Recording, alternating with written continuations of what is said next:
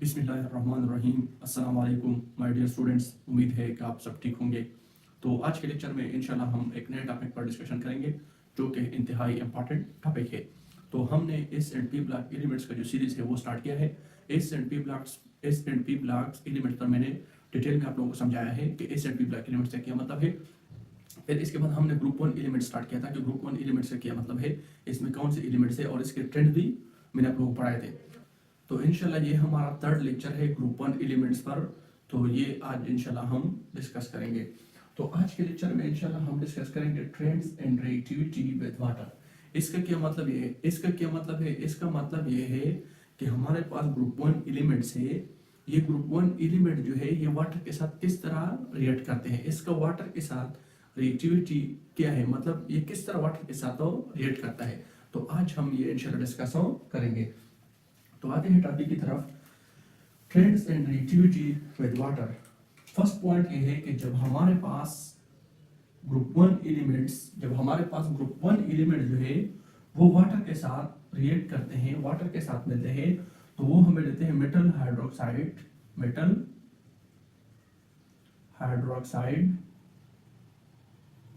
And hydrogen gas.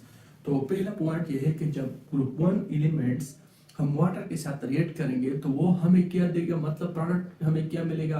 Product जो है वो हमारे पास metal hydroxide plus hydrogen gas. तो ये इस तरह रिएक्ट करते हैं।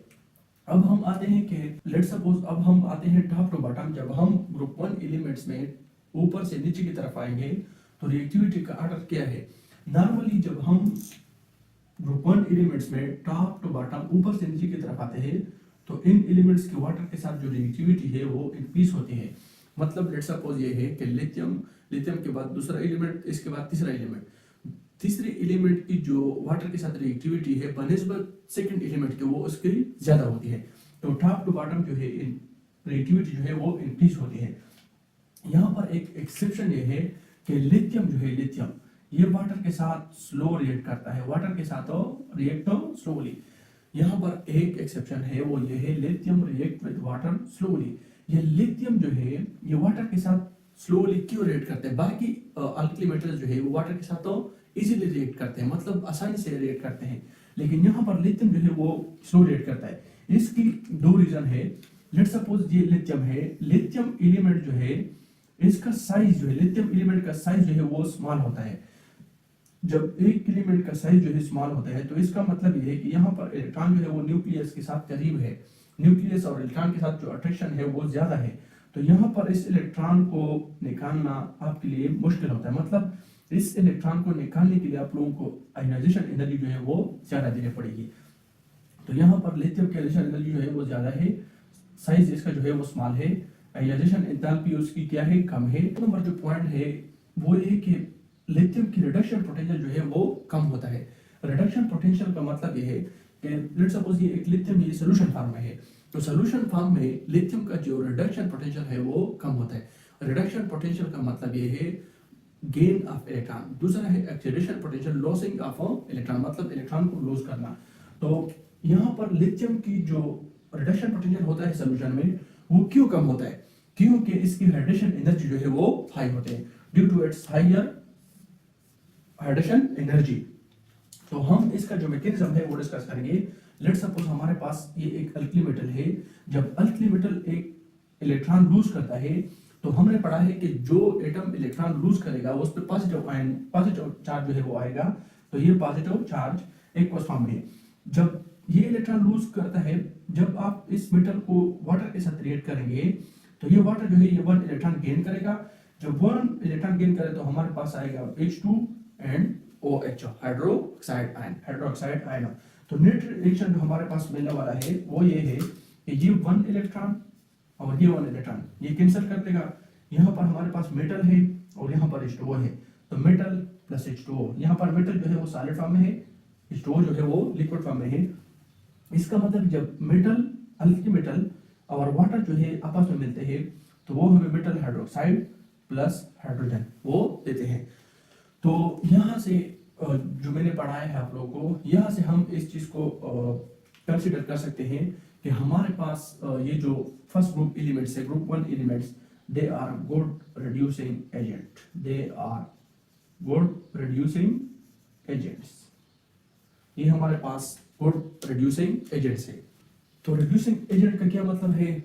वो एजेंट्स या वो एलिमेंट्स जो इजीली इलेक्ट्रॉनों लूज कर सकते हैं, इजीली लूज इलेक्ट्रॉन, जो इजीली इलेक्ट्रॉनों एक एलिमेंट को दे सकते हैं। तो ये था trends in reactivity with water. अब हम आते हैं ग्रुप 1 एलिमेंट्स। ग्रुप 1 एलिमेंट्स के ग्रुप 1 एलिमेंट्स का ऑक्सीजन के साथ हम, तो ग्रुप 1 एलिमेंट जब हम ऑक्सीजन के साथ रिएक्ट करेंगे तो हमें क्या मिलने वाला है? प्रोडक्ट जो है वो हमें क्या मिलने वाला है? तो reaction with oxygen of group 1 element, जब हम ग्रुप 1 एलिमेंट्स को ऑक्सीजन के साथ रिएक्ट करते हैं तो हमारे पास 3 किस्म के ऑक्साइडों बनते हैं। जब हम ऑक्सीजन को ग्रुप 1 एलिमेंट के साथ रिएक्ट करेंगे तो हमारे पास 3 किस्म के ऑक्साइड मिलने वाले हैं, नॉर्मल ऑक्साइड, पर ऑक्साइड, सुपर ऑक्साइड। सबसे पहले ऑक्साइड के क्या मतलब है? ऑक्साइड का मतलब यह है कि वो केमिकल कंपाउंड, ऑक्साइड का मतलब यह है कि वो केमिकल कंपाउंड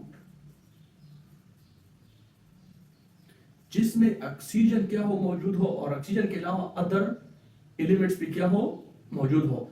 ऑक्सीजन मस्ट है, ऑक्साइड के लिए ऑक्सीजन मस्ट है। वो केमिकल कंपाउंड जिसमें ऑक्सीजन मौजूद हो और ऑक्सीजन के साथ अदर एलिमेंट्स भी मौजूद हो, तो इस तरह के कंपाउंड्स को हम नाम देंगे ऑक्साइड्स।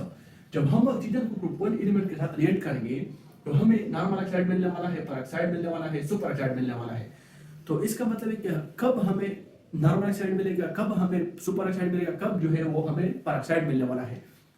तो ये डिपेंड करता है एलिमेंट्स पर। यहाँ पर मैंने लिखा है कि लिथियम, सोडियम और बेरिलियम सेजन। लिथियम एक वाहिद एलिमेंट है जो हमें नॉर्मल ऑक्साइड देता है। जब हम लिथियम ऑक्सीजन के साथ रिएक्ट करेंगे तो ये हमें देता है नॉर्मल ऑक्साइड। जब हम सोडियम को ऑक्सीजन के साथ रिएक्ट करेंगे तो ये हमें देता है नॉर्मल ऑक्साइड भी और पर ऑक्साइड भी। सोडियम का नॉर्मल ऑक्साइड क्या है? Na2O, ये नॉर्मल ऑक्साइड है, और Na2O2 ये हमारे पास क्या है? पर ऑक्साइड है। बेरिलियम और सीजियम जो है ये सिर्फ और सिर्फ सुपर ऑक्साइड बनाते हैं, सिर्फ और सिर्फ सुपर ऑक्साइड बनाते हैं, जिस तरह ये है। ठीक है, तो लेट्स सपोज एमसीक्यूज में आया है कि इसमें कौन सा ऑक्साइड जो है वो सुपर ऑक्साइड है या पर ऑक्साइड है या नॉर्मल ऑक्साइड, ये आप किस तरह पहचानेंगे? ये आप ऑक्सीडेशन स्टेट से पहचान सकते हैं। अगर ऑक्साइड में ऑक्सीजन का ऑक्सीडेशन स्टेट -2 है तो इसका मतलब है कि ये नॉर्मल ऑक्साइड है। अगर एक ऑक्साइड है उसमें ऑक्सीजन का ऑक्सीडेशन स्टेट जो है -1 है तो इसका मतलब है कि ये पर ऑक्साइड है। अगर एक ऑक्साइड है जिसमें ऑक्सीजन की जो ऑक्सीडेशन स्टेट है वो है कि -1/2, तो इसका मतलब है कि हमारे पास क्या है? Super oxide. इंपॉर्टेंट पॉइंट क्या है? इंपॉर्टेंट पॉइंट ये है कि लेट्स सपोज एमसीक्यूज में आया है, लेट्स सपोज एमसीक्यूज में आ जाए कि हमारे पास एक ऑक्साइड है, उस ऑक्साइड में ऑक्सीजन का जो परसेंटेज है वो बहुत हाई है, तो आप बताएं कि ये कौन सा ऑक्साइड है जिसमें ऑक्सीजन की परसेंटेज जो है सबसे ज्यादा है? नॉर्मल है, पर ऑक्साइड है, सुपर ऑक्साइड है। तो यहाँ पर ये क्या है? Super oxide, super oxide.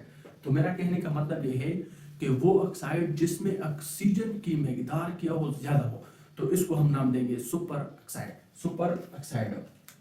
अब हम आते हैं, लेट्स सपोज ये हमारे पास ऑक्साइड मिल गए हैं, नॉर्मल ऑक्साइड, पर ऑक्साइड, सुपर ऑक्साइड। अब इन ऑक्साइड्स को हम जब वाटर के साथ रिएक्ट करेंगे, इन ऑक्साइड को जब हम वाटर के साथ रिएक्ट करेंगे तो हमें प्रोडक्ट क्या मिलने वाला है? अगर हम नॉर्मल ऑक्साइड को वाटर के साथ रिएक्ट करेंगे तो ये हमें देता है मेटल हाइड्रोक्साइड। जब हम पर ऑक्साइड जो है वो वाटर के साथ रिएक्ट करेंगे तो ये हमें देंगे मेटल हाइड्रोक्साइड प्लस हाइड्रोजन पर ऑक्साइड। हाइड्रोजन पर oxide is the most common oxide, common oxide. तो सुपर ऑक्साइड, जब हम सुपर ऑक्साइड को वाटर के साथ रिएक्ट करेंगे तो ये हमें देता है मेटल हाइड्रोक्साइड, हाइड्रोजन पर ऑक्साइड एंड ऑक्सीजन। तो ये था जब हम ऑक्सीजन ऑक्साइड्स को वाटर के साथ रिएक्ट करेंगे। जब हम ऑक्साइड्स को डाइल्यूट एसिड के साथ रिएक्ट करेंगे, डाइल्यूट एसिड का मतलब ये है कि वो एसिड जिसमें हाइड्रोजन आयन की कंसंट्रेशन क्या हो, कम हो, तो इसको हम नाम देंगे डाइल्यूट एसिड। तो रिएक्शन में डाइल्यूट एसिड, जब हम नॉर्मल ऑक्साइड को HCl डाइल्यूट एसिड के साथ रिएक्ट करेंगे तो यह हमें देता है salt plus water, salt plus water. जिस तरह आप लेट्स सपोज सोडियम लेते हो और यहाँ पर लेते हो HCl, तो ये हमें क्या रहता है? Cl, NaCl plus water. तो NaCl क्या है, हमारे पास क्या है, एक साल्ट है। तो जब हम नॉर्मल ऑक्साइड को HCl के साथ डाइल्यूट एसिड के साथ रिएक्ट करेंगे तो ये हमें मिलता है साल्ट एंड वाटर। जब हम पर ऑक्साइड को डाइल्यूट एसिड के साथ रिएक्ट करेंगे तो ये हमें मिलता है साल्ट हाइड्रोजन पर ऑक्साइड। जब हम सुपर ऑक्साइड को डाइल्यूट एसिड के साथ रिएक्ट करेंगे तो ये हमें मिलता है साल्ट हाइड्रोजन पर ऑक्साइड एंड ऑक्सीजन।